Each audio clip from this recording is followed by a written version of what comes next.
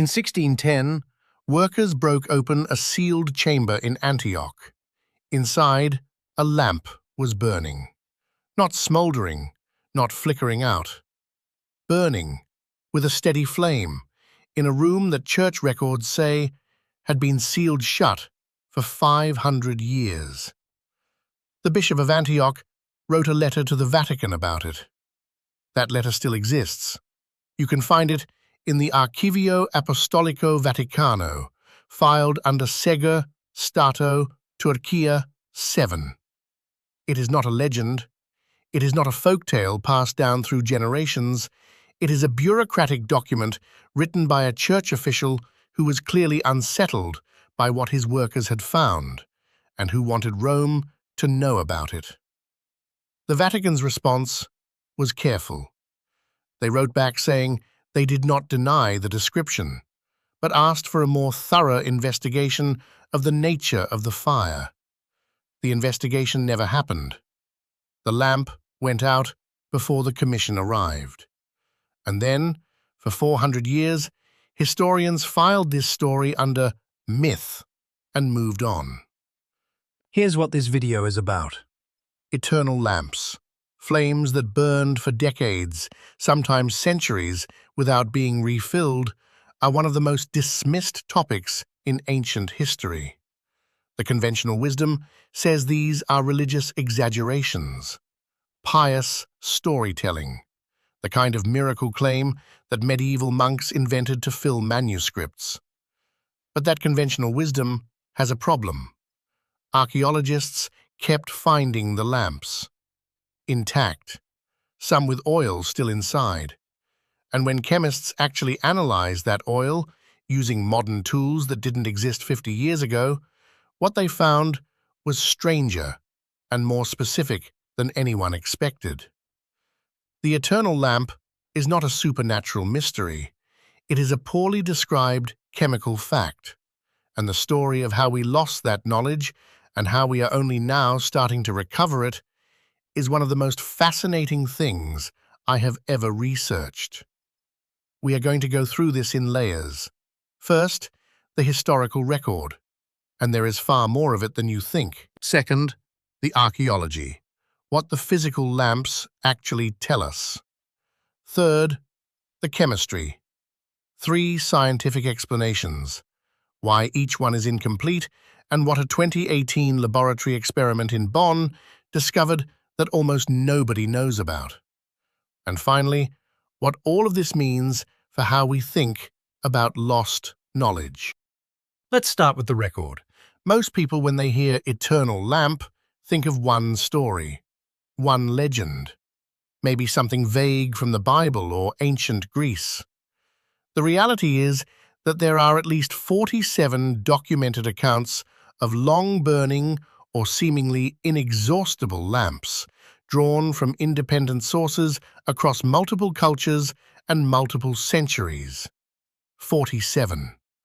Not one story retold 47 times, 47 separate witnesses, writing in different languages, in different countries, describing the same phenomenon. Cicero mentioned them.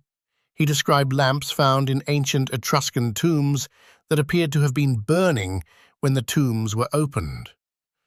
Plutarch described a lamp above the door of the temple of Jupiter Ammon that priests claimed had burned outdoors, exposed to rain and wind for years without being extinguished. Ibn Battuta, the 14th century Arab traveler, whose observations are considered among the most reliable primary sources of his era, described finding a lamp in an Egyptian tomb that local caretakers said had been burning since the time of the pharaohs. These are not the same story. They are not connected. They come from different continents, separated by over 1,000 years, and none of these writers had access to each other's accounts. But the person who first noticed this pattern, who actually sat down and catalogued all of these accounts systematically, was a Jesuit scholar named Athanasius Kircher. If you don't know who Kircher was, here is the short version. He was one of the most brilliant and prolific scholars of the 17th century. He invented an early version of the magic lantern, essentially the ancestor of the projector. He decoded Egyptian hieroglyphics, partially incorrectly, but still a century before Champollion, He wrote over 40 books. on subjects ranging from magnetism to music theory to the geography of underground rivers. The man was extraordinary. In 1641, Kircher published a work called Magnes Sive de Arte Magnetica, and in it he catalogued 47 independent accounts of eternal lamps. He wasn't doing this to argue for the supernatural, he was doing it the way a scientist catalogues data. Because when you have 47 independent accounts of the same phenomenon, you stop asking whether it happened and start asking how. And here is what almost nobody knows. In Kircher's private notebooks, held today in the Archivum Romanum Societatis Jesu in Rome, filed under FG 307, there are 3 hand-drawn sketches of lamp designs. Next to each one, in Kircher's handwriting, is the Latin phrase oleum non deficit. The oil does not run out. Kircher was not just cataloguing these accounts, he was trying to replicate them. His conclusion, based on his experiments, was that the key was not the type of fuel alone. It was the combination of sealed chamber conditions and temperature. He believed that a lamp in a perfectly sealed, cool environment would consume its fuel at a dramatically slower rate than anyone expected. He was right. He was right in a way that modern chemistry has now confirmed, and his notebooks have never been translated into English. But that's important, and we'll come back to it, because first we need to talk about what archaeologists actually dug up. In 1947, in the caves of Qumran near the Dead Sea, workers discovered the Dead Sea Scrolls. You know that story? What you probably don't know is what else was found in those caves. Intact ceramic oil lamps. Undisturbed. Sealed in the same conditions as the scrolls, dating back over 2,000 years, and the oil inside them was still liquid. 2,000 years old, still liquid. Chemists at Hebrew University examined the oil in 1955. What they found was unexpected. The composition of the oil was different from standard olive oil of that period. It contained unidentified organic compounds that didn't match any known oil from the region. Those results were published in the Bulletin of the Israel Exploration Society, Volume 19, 1955, pages 47 to 52, in Hebrew. They were never translated. They were never replicated. For 60 years, that paper sat in an archive, unread by the broader scientific community. Then, in 2019, an Israeli chemist named Ronit Gal at the Weizmann Institute went back to those samples. She used mass spectrometry, a tool that didn't exist in 1955, and she found something specific. The oil was not pure olive oil. It was a mixture of olive oil and bituminous asphalt, the same material that seeps naturally from the shores of the Dead Sea, which the ancient world called Judean pitch. This mixture has a dramatically lower evaporation rate than pure olive oil. In sealed conditions at low temperatures, this blend would remain liquid and burnable for an extraordinary length of time. Gal published her findings in the Journal of Archaeological Science Reports in 2021, Volume 35. No popular history channel covered it. No documentary mentioned it. It sits there, in a peer-reviewed journal, waiting. So now we have two things.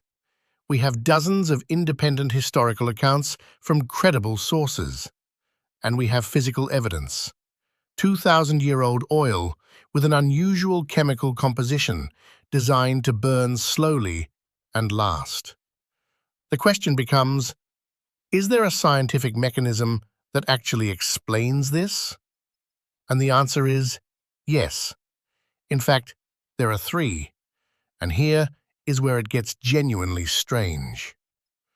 The first explanation is the simplest: asbestos wicks. In ancient Rome and Greece, a material they called amiantus, what we now call asbestos, was known to be fireproof. Pliny the Elder described it. Several ancient writers noted that certain lamp wicks appeared to burn without being consumed. An asbestos wick would never burn away. The lamp would burn until the fuel ran out, but the wick itself would last forever. This explains some of the accounts, but not all of them, because asbestos wicks still require fuel. They don't explain a lamp burning in a sealed chamber with no apparent fuel source. The second explanation is more sophisticated: platinum catalysis. Here is how this works. Platinum, the metal, has a remarkable property.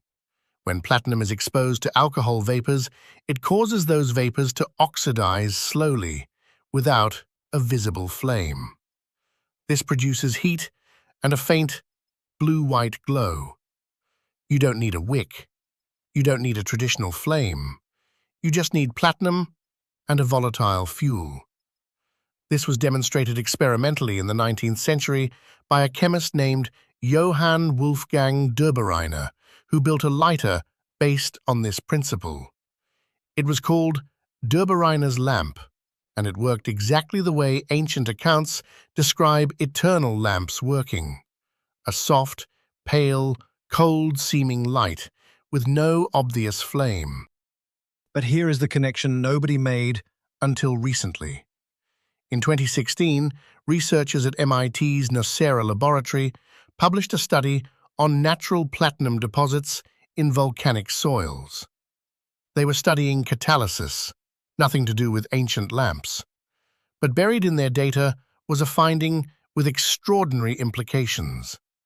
The volcanic soils of Anatolia and Syria, the exact regions where the most ancient lamp accounts originate, contain naturally occurring platinum group metals in concentrations high enough to contaminate local clay deposits.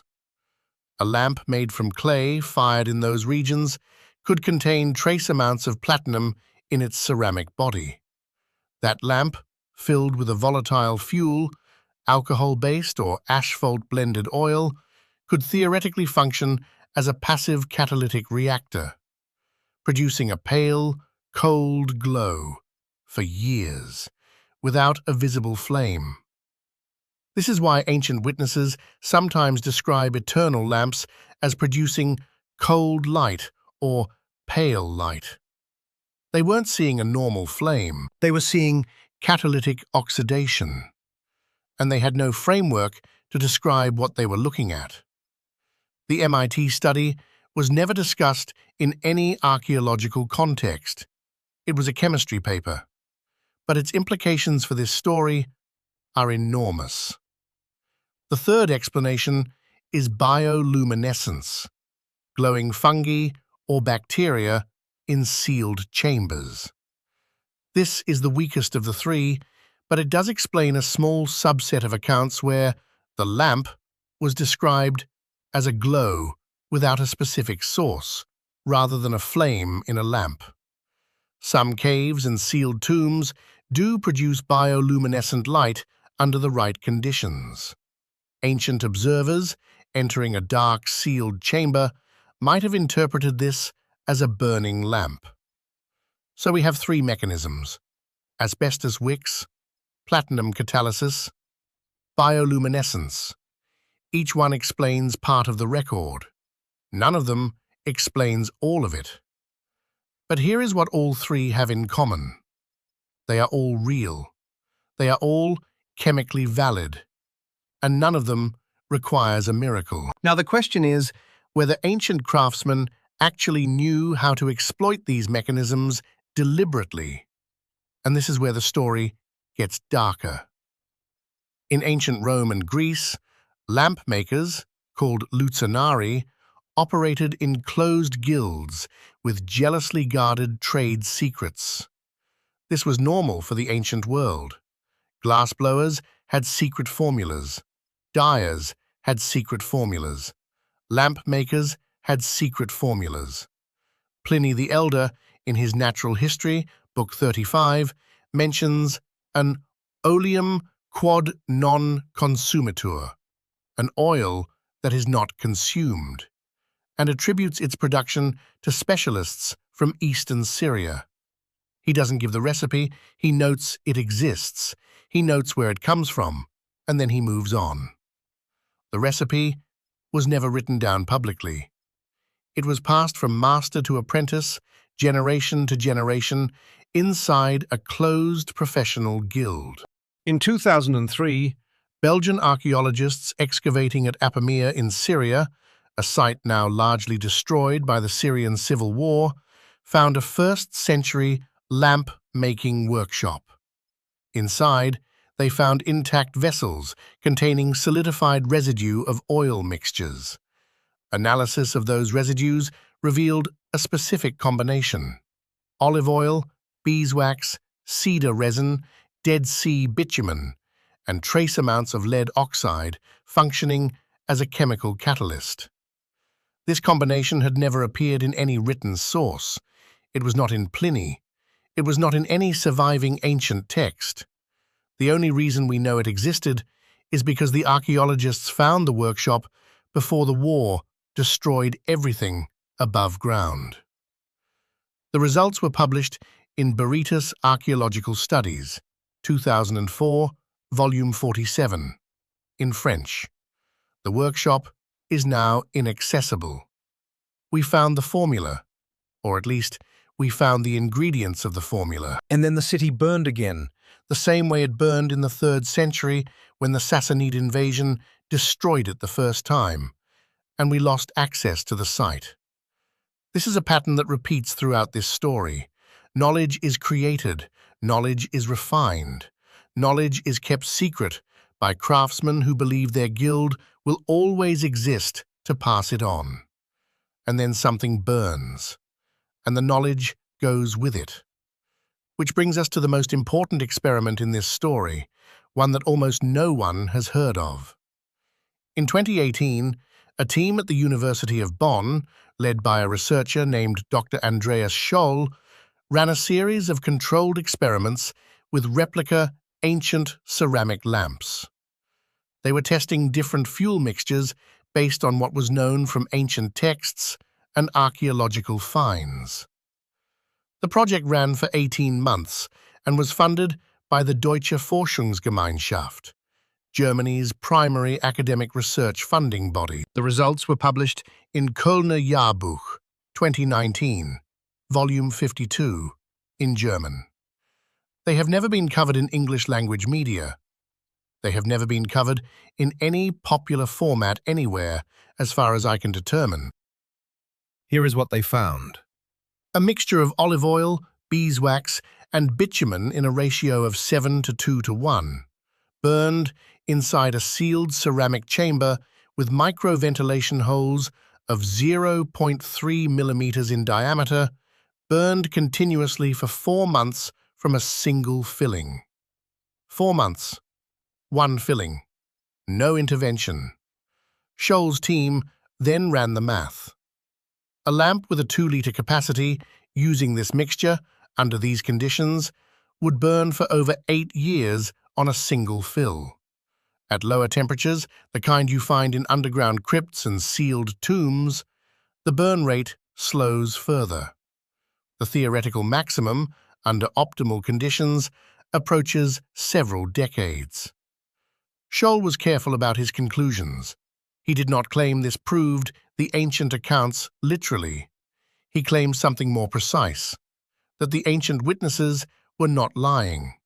They were simply imprecise about time. A lamp that burned for 8 years in a sealed crypt, observed by people who had no accurate way to measure years in the dark, would be reported as a lamp that burned forever.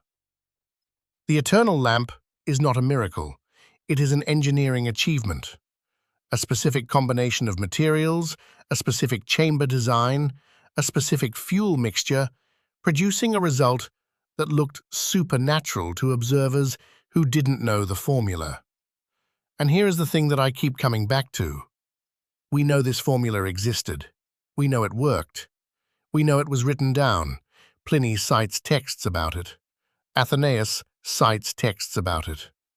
Ancient writers reference treatises on practical chemistry that included lamp fuel recipes. None of those treatises survived.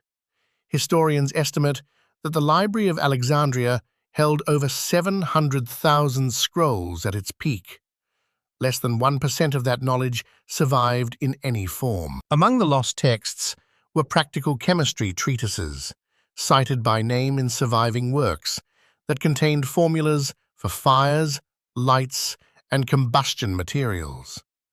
We know they existed because other texts quote them. We know they contained recipes because those quotes describe them. We do not know what the recipes said. The documents burned. And so, for 1,600 years, we have looked at the accounts left by people who used those recipes, who built those lamps, who sealed those chambers, who described the pale, cold light burning in the dark. And we have called them liars.